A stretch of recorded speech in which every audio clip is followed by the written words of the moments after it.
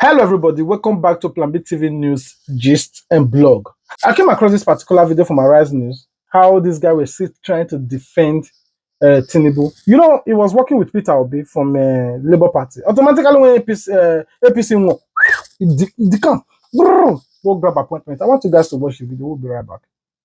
I am a Christian, I am an evangelist, and I am a witness for Christ. I am not going to stand here for any reason. I do not desire to be minister or commissioner or anything. So I have little to gain. My point is just that I want the country to move forward and to succeed. And I'm not rapidly opposed to the gentleman that is there right now. The truth of the matter is that opportunities have long gone, flown out of perspectives.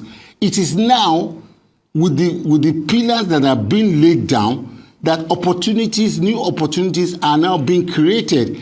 Do you want to talk about the children who could not go to school because their parents, did not have money? It will have been worse now because people cannot even feed. That means a lot more of our youth will not be able to enter university. Today, Bola Tinubu has made poverty not to be an issue or an excuse not to be educated. There's a loan fund which he promised in his agenda that he is going to do that is now operative.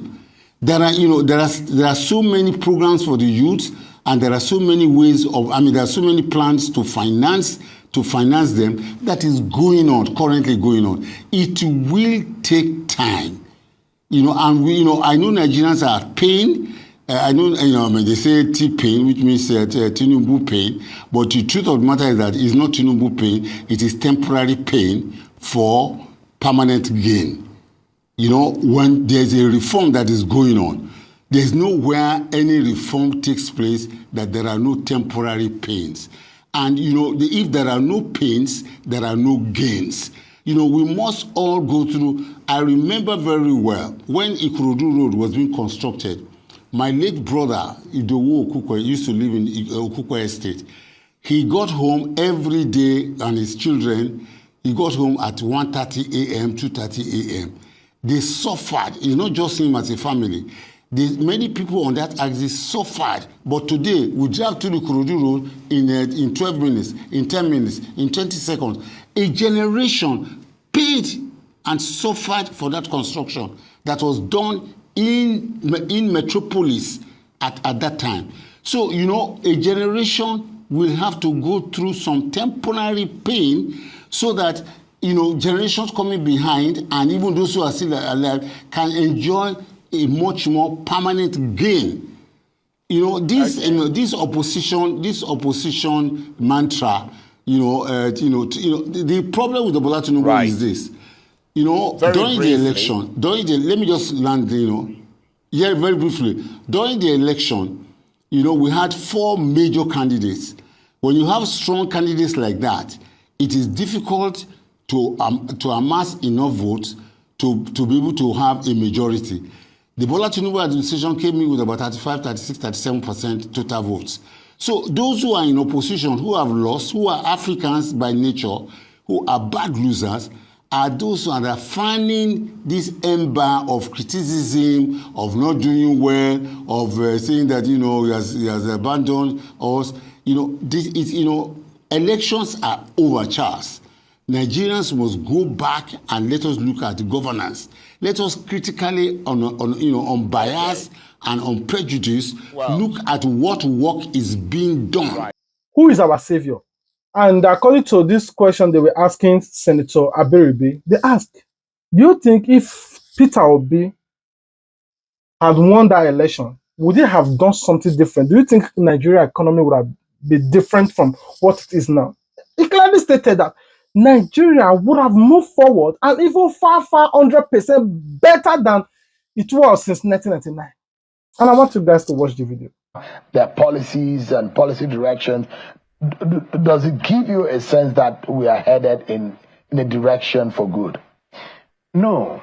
My sense is that, yes, we are here, okay, let us just do our best and just move on.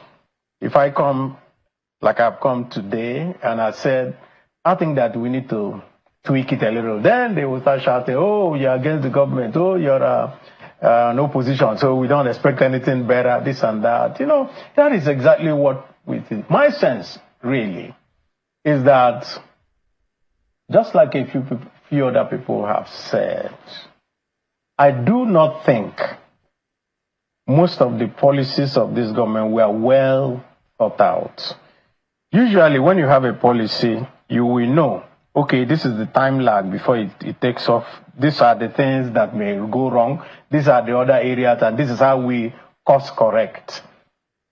Right now, what we have a set of people who claim that they know everything, and so no course correction. Oh, we must do this. We must go from A to B, and if you don't like it, it's because you are not in power. That is my sense. My sense is really that, first, the age-old thing that is said, that you cut your coat according to your cloth, is what you first do.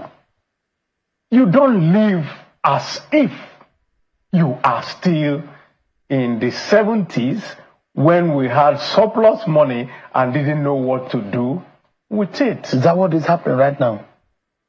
So tell me, why do we have to buy a new plane?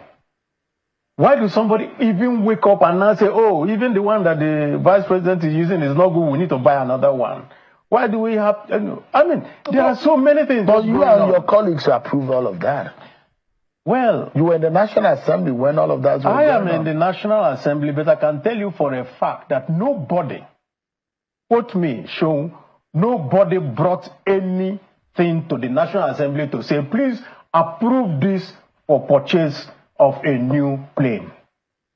So it was done without the approval of the National Assembly? I'd say it was done without my knowledge. Nobody, I never saw any document, and I've always been in the National Assembly. Ask anyone. None. You know, they just do things, and we just continue to say, okay, so that we do not rock the boat. Let it not be seen as if there's so much turmoil in government, because everybody wants to see that things happen. But ask them, was there a request? None. And what does that mean? What it means is that part of the job of the National Assembly, which is to be a check on the government, is not being efficiently carried out. Do you think that if Peter Obi had won the election, 2023 presidential election, he had become president, there could have been a change in all of this? If Peter Obi had won, you probably would have seen a better Nigeria than what we are seeing today. Number one, he will not be as nepotistic as this government. He won't. It's not in him. That is just who we are. We feel for the other people. So you think the Tinubu government is highly nepotistic? I say so. I don't think so. I'm seeing it, and we see it every day. And I've just given you one example. How can Ogun State have 4 ministers? Well, Tinubu is not from Ogun State. That is the point. So why does he favor Ogun State? Look, Oyo State has only 1 minister. Ask yourself that. What is it that he's doing? Is it the right time for the Igbos and the South, people of the Southeast extraction to sit down and rethink their politics? No, see what we're doing, Sean, because everybody continues to say that, why don't you think you're well? No, we have decided, and I'm part of those who have said that, let us go back to the Southeast and revamp the Southeast and make it more livable, better, more cohesive, and hold ourselves together.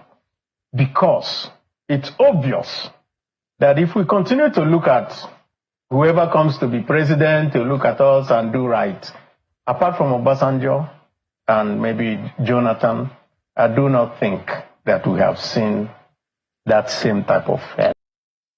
All right, this is where I'm going to be ending the video here. I want you guys to comment your thoughts. What do you think about Nigeria economy being in a shambles state? Now, Tinubu is no longer T-Pain only, because that guy is saying that Tinubu is not T-Pain. He feel the pain of Nigeria. Tinubu is no longer just T-Pain Shambo of Nigeria. Yeah, T-Pain Shambo, Shambo T-Pain. Anyway, I love you guys. I'll be waiting for you guys in the comment section. All right, I love you guys. Until we meet again, peace out. Don't forget to comment your thoughts, like this video, share this video to your platform if you have any, share it to all your social media platform, and above it all, subscribe if you have not done so. If you do, turn on your notification bell so that you wouldn't miss out our future uploads. Until we meet again, peace out. I love you guys.